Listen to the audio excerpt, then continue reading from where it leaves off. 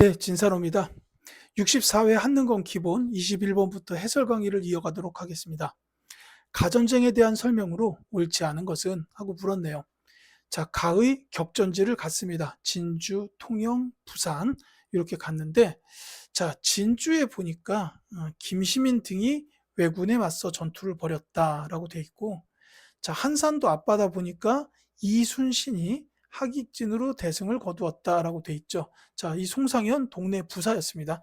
이제 왜군과 맞서 싸웠다 이거죠. 자, 이순신, 김시민 이분들 나오면 이 전쟁 알아야죠. 임진왜란 이렇게 되겠습니다. 자, 임진왜란에 대한 설명을 이제 옳지 않은 걸 찾아주면 되겠습니다. 자, 조헌이 금산에서 의병을 이끌었다. 이 조헌은 의병장이에요. 기억하셔야 되는 의병장이 두 분 정도 계십니다.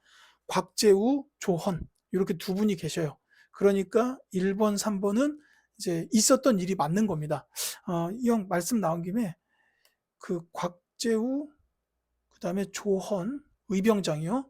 한 분을 더 기억해달라 그러면은 이제 유정. 이분은 스님이에요. 사명대사입니다. 이제 이 사명대사까지 같이 더 기억해 주시면 더 좋겠어요.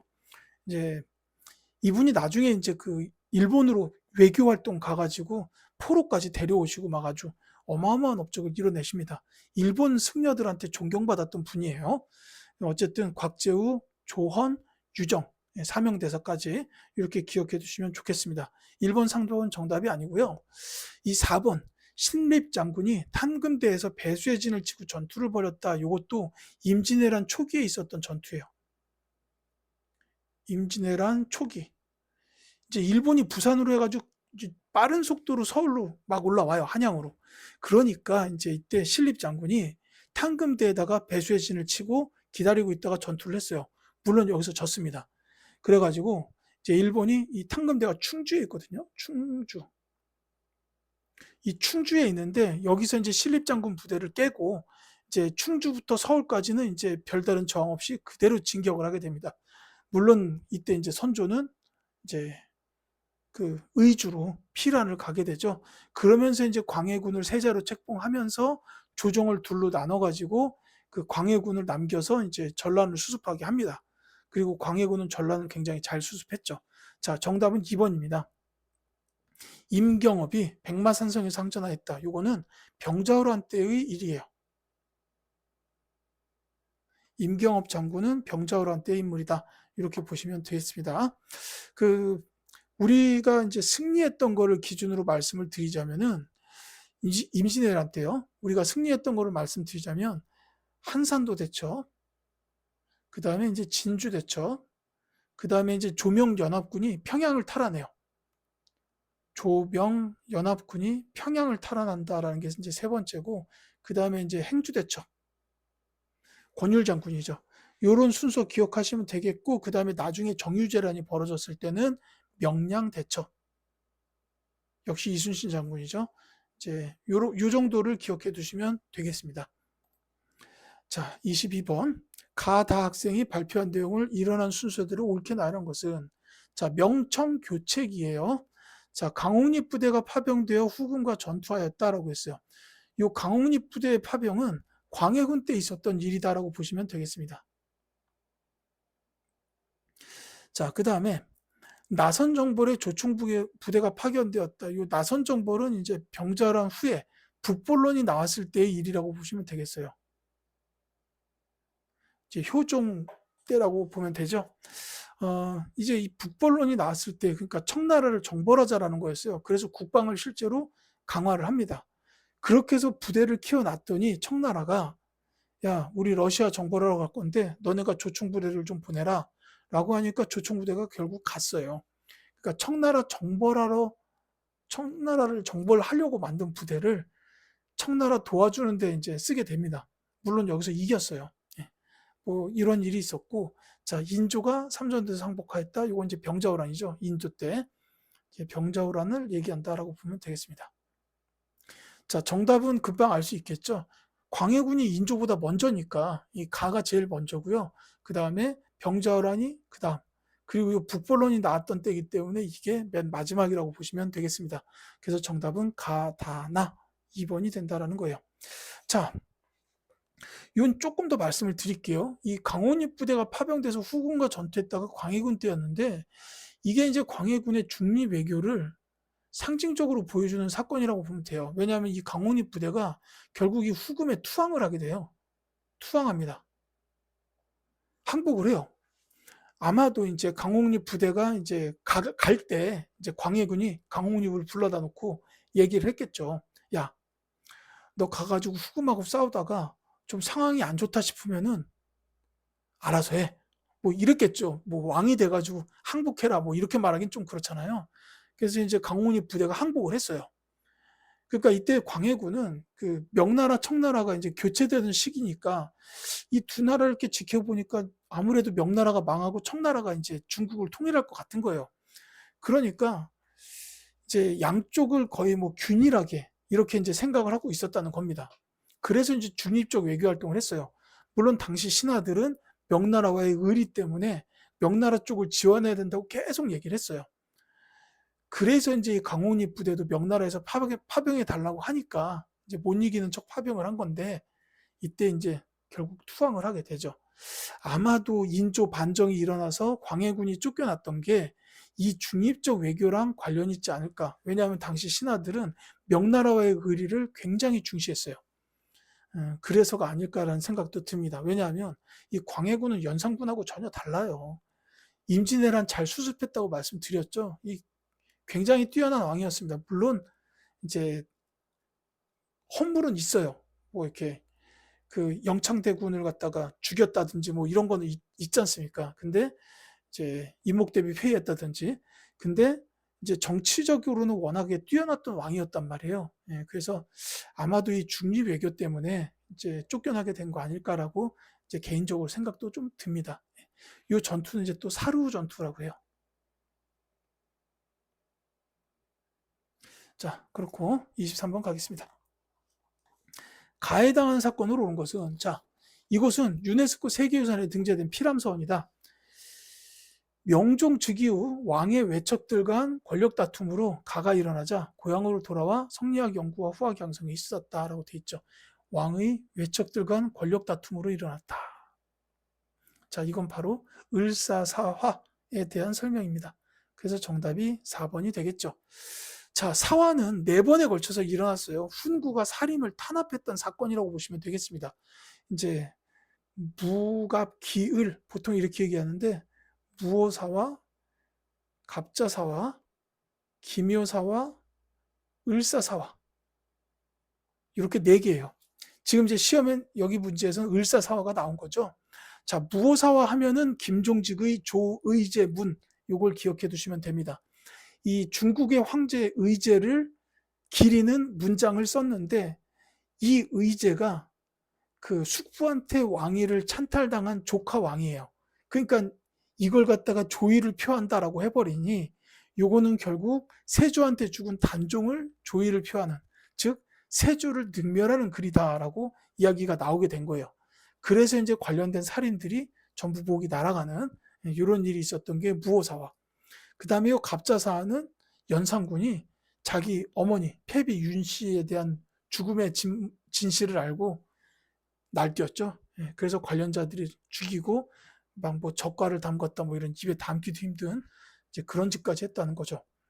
자, 그다음에 요 기묘사화 하면 기억해야 되실 분이 조광조. 이제 개혁 정치를 펼치다가 뭐 현량가를 시행한다, 소격서를 폐지한다, 뭐 이런 거는 다 그렇다 쳤는데 훈구 세력 입장에서 위훈 삭제한다는 것 때문에 뚜껑이 열린 거예요. 이제 위훈이라는 거는 이제 중종 반정의 공신들, 이제 그들인데 이제 위훈, 가짜 공신, 그거는 삭제해야 된다라고 이제 조광조가 주장을 한 거예요. 그러니까 훈구가 아, 저놈 이대로 놔두면 우리가 위험하겠다라고 생각해서 이제 결국 조광조가 죽게 되죠. 이게 이제 기묘사화. 그리고 을사사화는 여기 나와 있다시피 왕의 외척들 간 그 윤원영 같은 이제 소윤, 윤임 같은 대윤 요 두 세력이 붙어가지고 결국은 소윤 세력이 승리하게 되는 요게 이제 을사사화입니다. 자, 경신 환국. 요 환국은 숙종이 이제 남인과 서인 중에 한쪽의 붕당으로 일당 전제 체제 이렇게 밀어준 거예요. 권력을.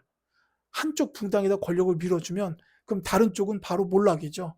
그래서 서인한테 밀어줬던 게 경신왕국, 남인한테 다시 밀어준 게 기사왕국, 그 다음에 다시 서인한테 밀어준 게 갑술왕국이다. 이렇게 됩니다.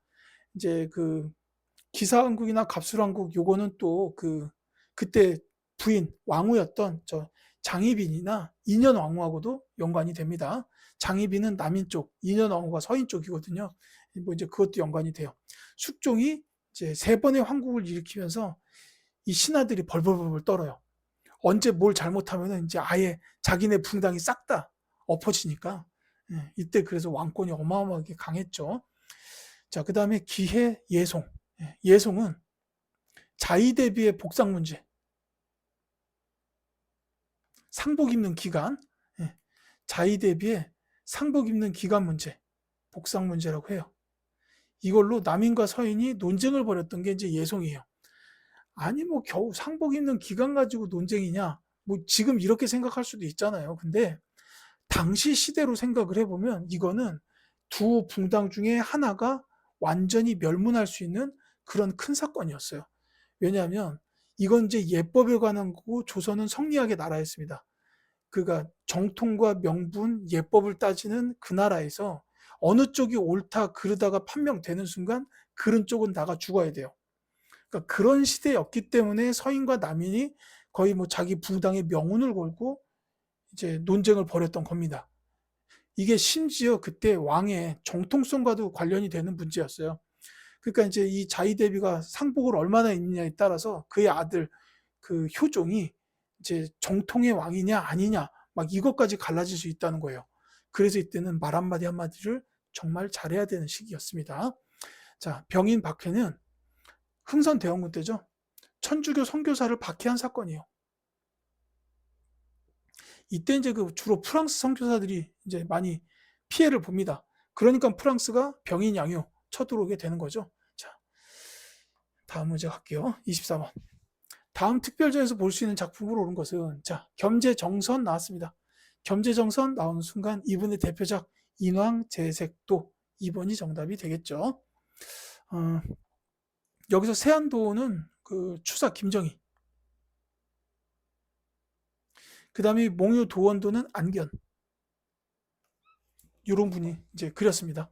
예, 이 몽유 도원도 같은 경우에 이제 그 대군, 그러니까 왕 아들 대군이 어느 날 꿈을 꿨는데 그 꿈속에 나온 풍경이 너무 아름다웠다.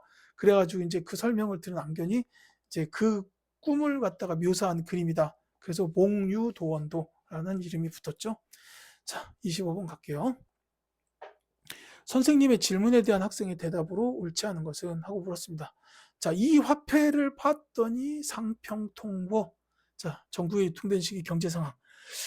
자, 아까 제가 대동법 관련 얘기가 나왔을 때 막 조선 후기 경제를 막 말씀을 드렸어요. 이제 그쪽하고 관련된 문제라고 보시면 되겠습니다. 자, 전기시장이었던 장시가 각지에서 열렸다. 맞는 말이에요. 관청에 물품을 조달하는 공인이 활동했다. 맞는 말입니다. 송상이 각지에 송방이라는 지점을 설치했다. 요 이제 이때 이 지점 뭐 지금 프랜차이즈 지점 같은 그런 거라고 보셔도 되겠죠? 역시 맞습니다. 병난도에서 국제무역이 활발했다라는 거는 고려시대입니다. 따라서 옳지 않은 거 4번이 정답이 되겠죠. 이제 조선 후기 경제 문제는 자주 출제되기 때문에 반드시 기억해 두시면 되겠습니다. 26번. 밑줄 그은 이 왕의 업적으로 오는 것은 자, 초계문신제를 시행한 이 왕이 규장각 관원 등을 초대하여 함께 지은 시를 모았다라고 돼 있죠. 자, 이분 정조입니다. 초계문신제 규장각 나왔잖아요. 예. 자, 이거 매우 중요하죠. 초계문신제 규장각. 그 다음에 이제 이분의 업적 아마 세종대왕 다음으로 많을 겁니다. 이제 탕평정치를 시행했어요. 탕평정치. 근데 이제 영조 같은 경우에는 완론 탕평이었고 정조는 줄론 탕평이에요. 아, 의견을 들어보고 예, 거기 맞춰서 그냥 이제 등용하겠다. 이게 이제 준론 탕평이에요. 이제 영조 같은 경우에는 붕당의 존재를 인정하지 않아 가지고 그냥 내지는 각 붕당의 그 이제 티오를 고르게 뭐 이렇게 생각하면서 뽑은 거예요. 근데 이제 정조 같은 경우에는 붕당을 인정은 하되 의견을 들어보고 옳다 싶으면은 등용시키고 뭔가 이상하다 싶으면 등용 안 시키는 거예요. 여기에 이제 붕당을 개입시키진 않겠다라는 게 줄론탕평입니다. 이게 가능했던 게 이 정조가 워낙 똑똑해요. 워커홀릭에다가 엄청나게 똑똑한 분이에요. 그러니까 이제 이 줄론탕평이나 초계 문신제 같은 게 가능했던 겁니다. 이거 신하들 재교육시키는 제도잖아요. 자, 이제 초계 문신제랑 규장각 나와 있고 그 다음에 이제 또 장용영, 수원, 화성. 그다음 이런 거 이제 하셨고 그 다음에 이제 서얼을 등용했다라는 것도 있어요. 주로 이제 규장각의 검소관으로 유득공이나 박제가 같은 분들 이제 이게 중인이죠, 중인. 서얼이니까 이제 근데 글을 워낙 잘하고 똑똑한 사람들이라 하니 이제 규장각의 검소관으로 이 서울들을 적극적으로 등용하셨다라는 거. 이제 그리고 이제 그 신의 통공. 요건 이제 그 유기전을 제외한 시전 상인들이 금 난정권을 폐지시켜 버린 거예요. 난전을 마음껏 열어도 된다라는 뜻입니다. 그래서 이제 상업활동 촉진 정책이라고도 볼 수가 있겠죠. 정답 나왔죠? 3번입니다. 이 장용영은 국왕의 친위 부대를 뜻해요. 이 부대를 창설했다라고 보시면 되겠습니다. 자, 경복궁을 중건한 거는 흥선대원군이에요. 그 다음에 영선사는 이제 고종 때, 그 개항기 시대에 그 청나라의 사절단, 이 무기, 신식 무기 배워와라 해가지고 이제 영선사 갔다 온 김윤식 이런 분들이 기기창 설치 주도하죠. 훈민정음 창제 세종대왕입니다. 자, 그 다음에 27번 밑줄그은 사건에 대한 설명으로 옳은 것은 자, 이 지도는 홍경래가 주도하여 일으킨 사건을 진압하기 위해 광군이 정주성을 포위한 상황이다 라고 돼 있어요. 자, 홍경래가 주도했다 나왔죠? 홍경래의 난입니다. 홍경래의 난. 자, 이 홍경래의 난 그리고 임술 농민 봉기 이게 이제 그 세도 정치 시기에 일어났던 민중 봉기예요.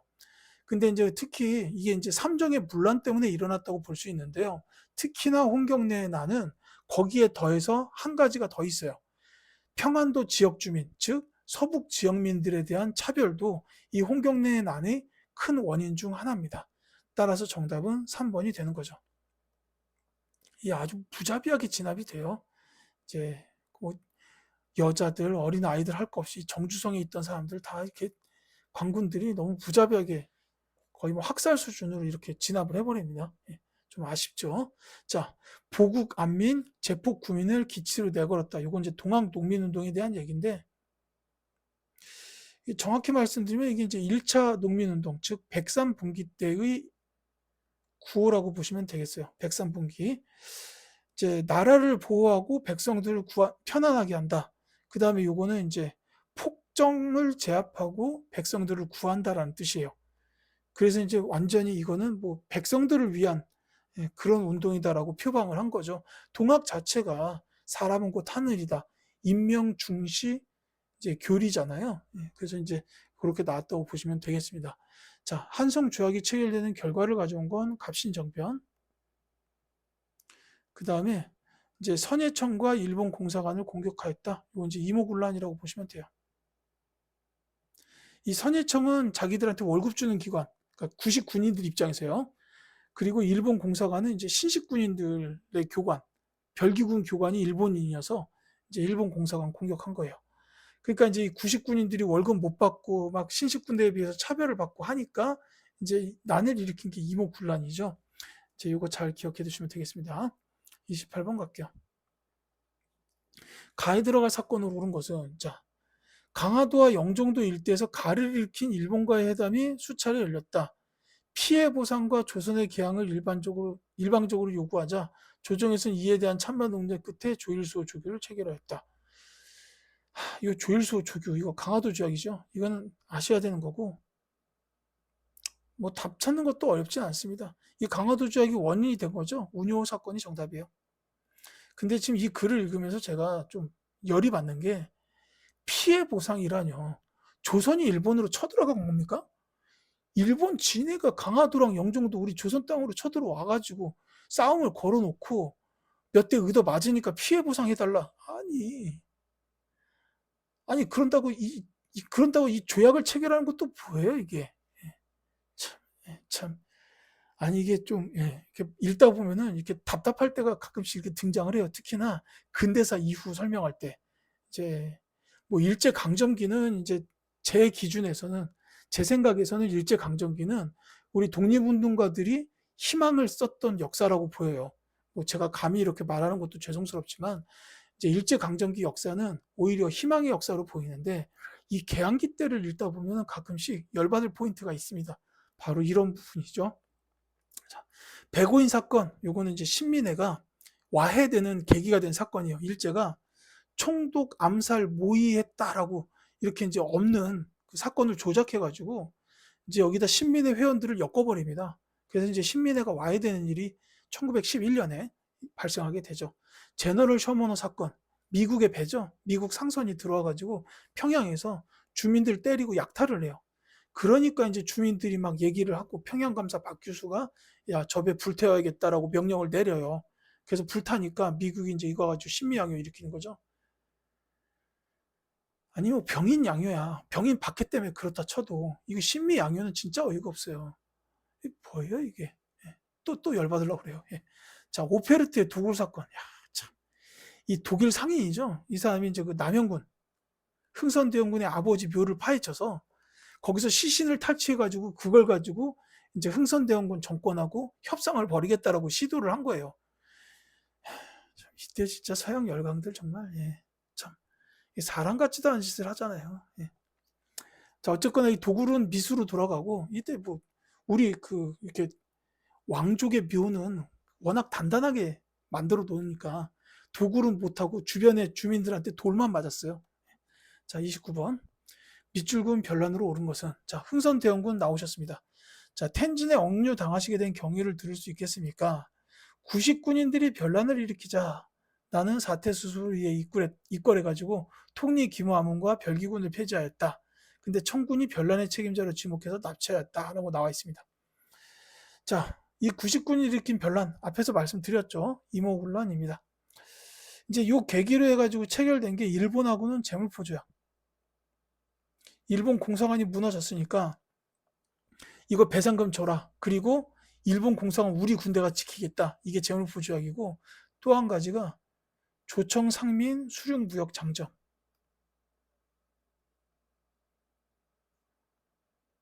글씨가 참 안 좋네요. 조청 상민 수륙무역 장정을 청나라하고 체결해서 청나라의 상인들이 이제 내지 무역이 가능하도록 이렇게 이제 조치를 해줍니다. 자, 그리고 이제 이 흥선대원군은 이제 2년 이상 이렇게 이제 청나라에 억류당하게 되는 이런 일로 이어지게 되죠. 자, 30번 볼게요. 자, 밑줄 그은 나에 대한 설명으로 옳은 것은 자, 나는 대한제국의 주권을 침탈한 이토 히로부미를 대한의군 참모중장 자격으로 하얼빈역에서 처단하였습니다.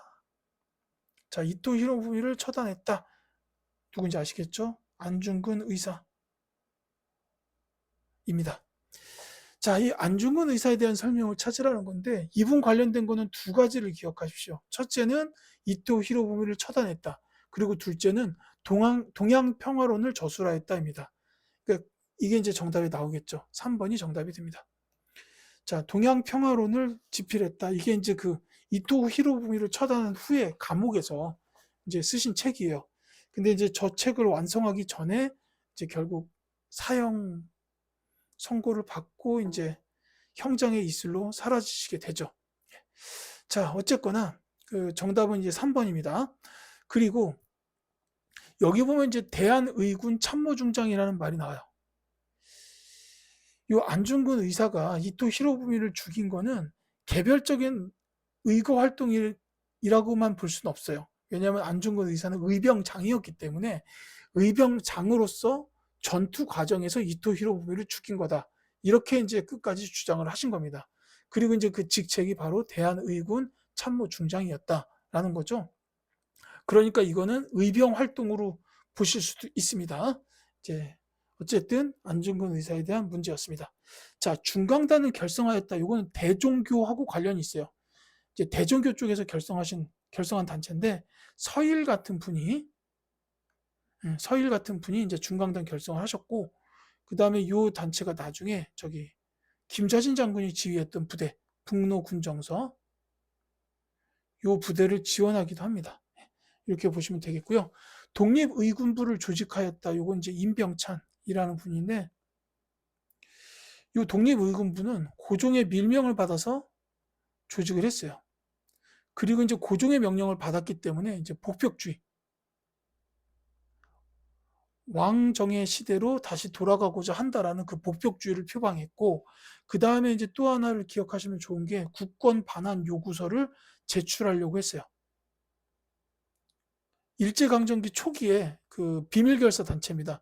그래서 국권 반환 요구서 요거를 제출하려고 했다. 요거까지 이제 독립의군부랑 관련된 걸로 기억하시고, 자, 시일야 방송대곡 요거는 이제 장지연, 이분은 이제 언론인 황성신문의 주필이에요. 황성신문 사설에다가 시일야 방송대곡을 발표하셨습니다. 을사늑약 체결 직후에 오늘 목놓아 통곡하노라 라는 뜻의 시일야 방성대곡, 요거를 이제 발표했다는 거죠. 이제 물론 이것도 하나의 원인이 됐겠죠. 그래가지고 나중에 일제가 황성신문을 정관시킵니다. 반면에 대한매일신보는 그렇게 못해요. 왜냐? 대한매일신보는 영국인 베델이 세운 신문사기 때문에 일제가 마음대로 못했다라는 겁니다. 뭐 여기까지 이제 이렇게 이해하시고 31번부터는 또 다음 영상에서 해설하도록 하겠습니다.